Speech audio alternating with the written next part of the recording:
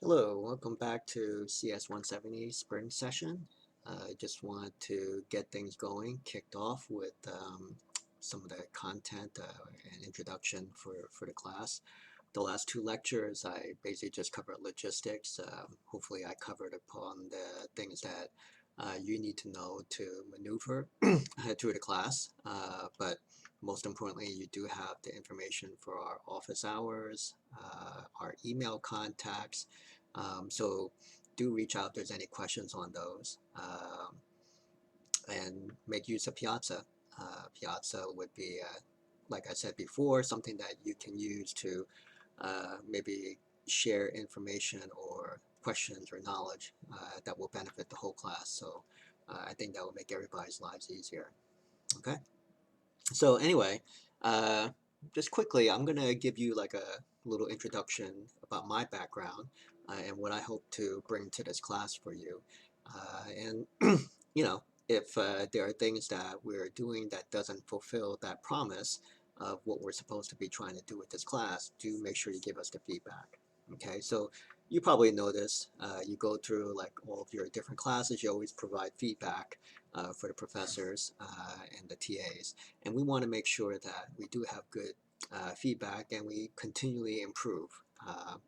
And actually, I would prefer to get the feedback sooner rather than later. If you give me feedback or give our TAs feedback at the end of the semester, it doesn't really benefit you. It only benefits the next class.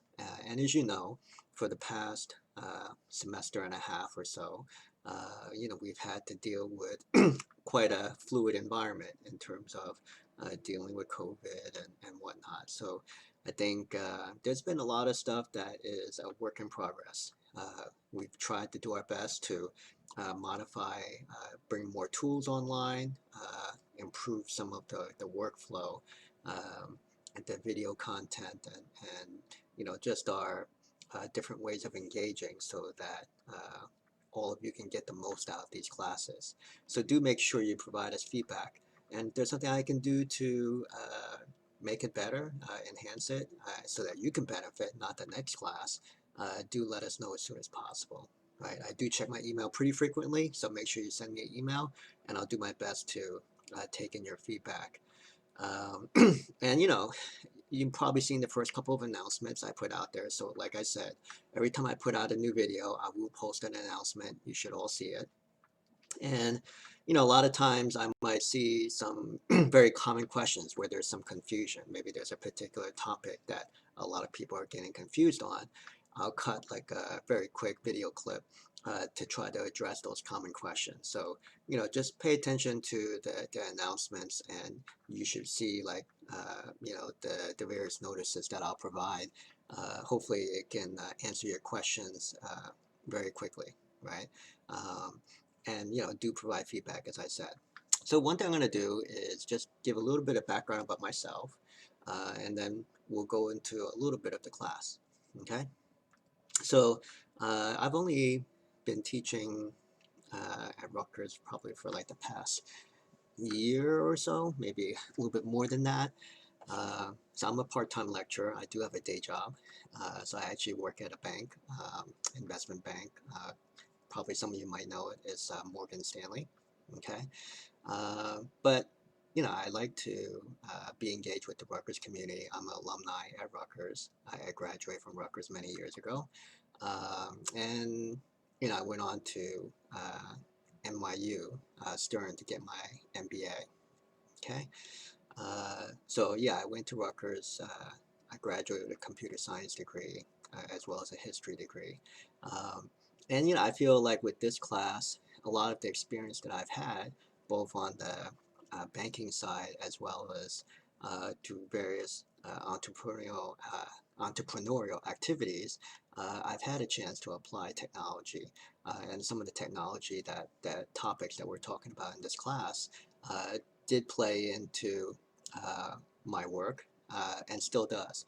And I think it will be for you and your future careers also after you graduate from Rutgers.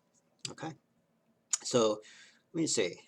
Uh, yeah, so recently, yeah, I, and the reason why I kind of started off more recently at Rutgers is because up until recently, I've actually been traveling globally. So probably for the last 16 odd years or so, maybe 17 years, I've been working outside the country, either in Europe or in Asia. I was actually in Shanghai for maybe 10 years or so, maybe 11 years. So I only came back to work in the New York area probably a year and a half ago or so, maybe 2 years. So, as I was getting myself settled back down here, there was opportunity to come teach here at Rutgers. It was a topic that I'm interested in, and so that's why I'm here. Okay, so, working at the bank, I head up a technology group there for regulatory reporting. And before that, I worked in fixed income, commodities trading in particular. Um, you know, we did all kinds of different types of technology tools to do risk management, to do P&L, to do algo trading, you name it, anything to do with banking activities, there was a technology aspect to it. So I was involved with the trader sheets, rolling P&L, you name it, all that kind of stuff. So I did that for quite a few years. So I know a little bit about like things like Excel and whatnot.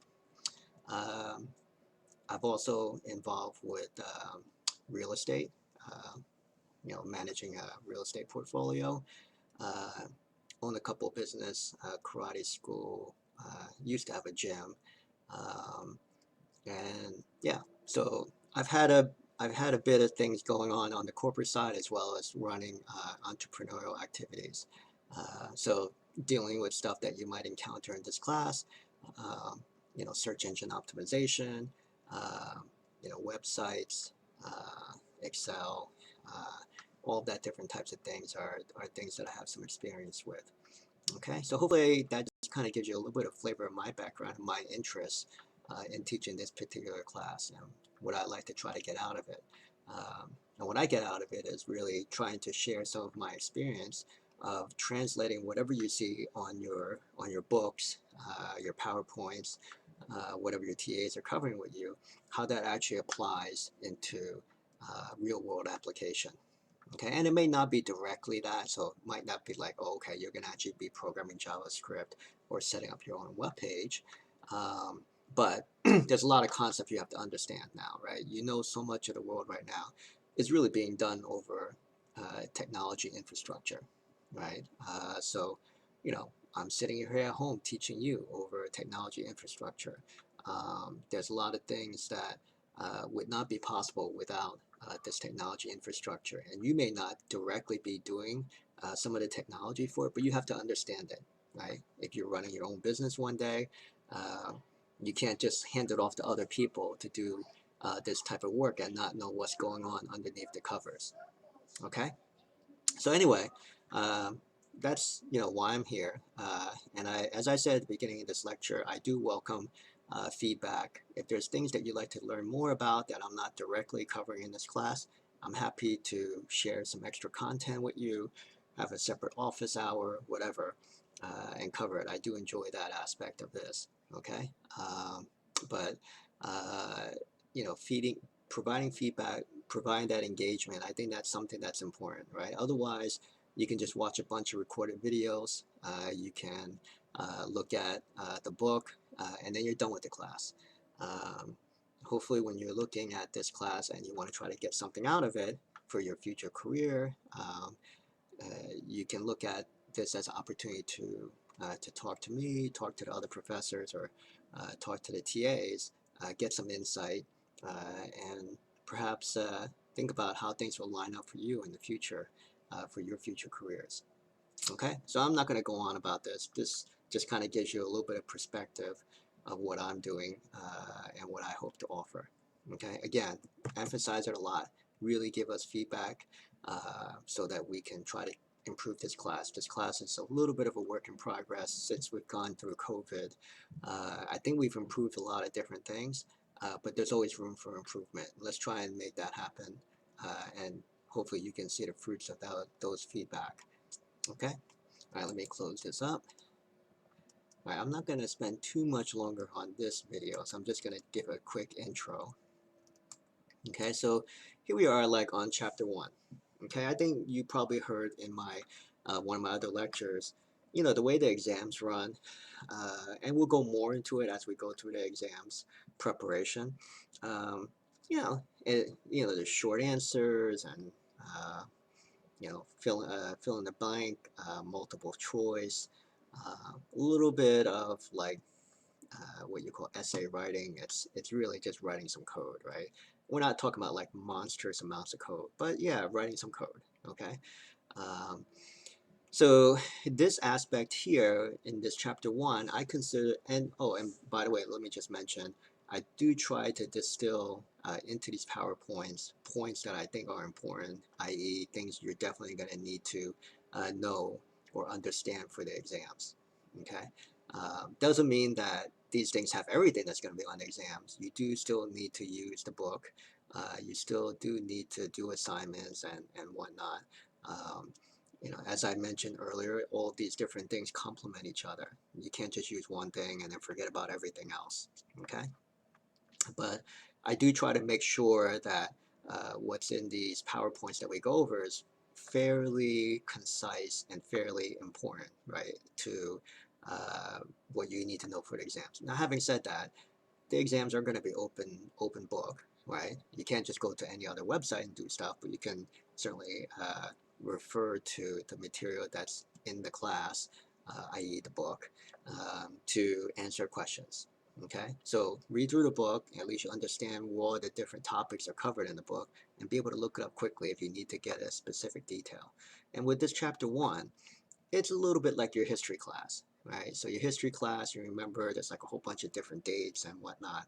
Um, so you might have a little bit of that kind of stuff, but really I want to try to, add some color to these different things to understand the whys and why is it important.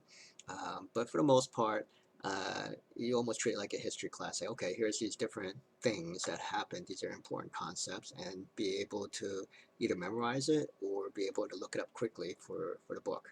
Okay, and I find like in the past most of the students handled this knowledge fairly well. Usually the challenges we had usually is around like conversions and coding, some of the coding aspects. So this is a pretty good area to kick off with. Okay, so what we're covering off is basically just a brief history on the hardware and software side of things. We're talking about the idea of software layers and the idea of algorithms and abstraction. Okay, so let me step through this. I'm not going to cover all of this in this lecture. Um, so what are we talking about here? Uh, well, as I said here, we're talking about business and how it's being applied with technology, right? So there's a lot of business concepts that you're going to probably end up executing or implementing via technology, okay? Um, and we'll cover some of those aspects. And again, this was where a part of my background will tie into this, and I'll share some of the things that happened in my experience with respect to technology and business. Okay, let me see here. Okay, so here's the basic concepts, right? We'll talk about some of the early computing ideas, going to personal computers, what is hardware versus software, this idea of layered software. Some people might call it a software stack, um, algorithms, and abstraction. Okay, so these are the ideas here, so try to understand those. Okay, and I'm gonna hit the next 2 slides and then I'm gonna pause there for the next video.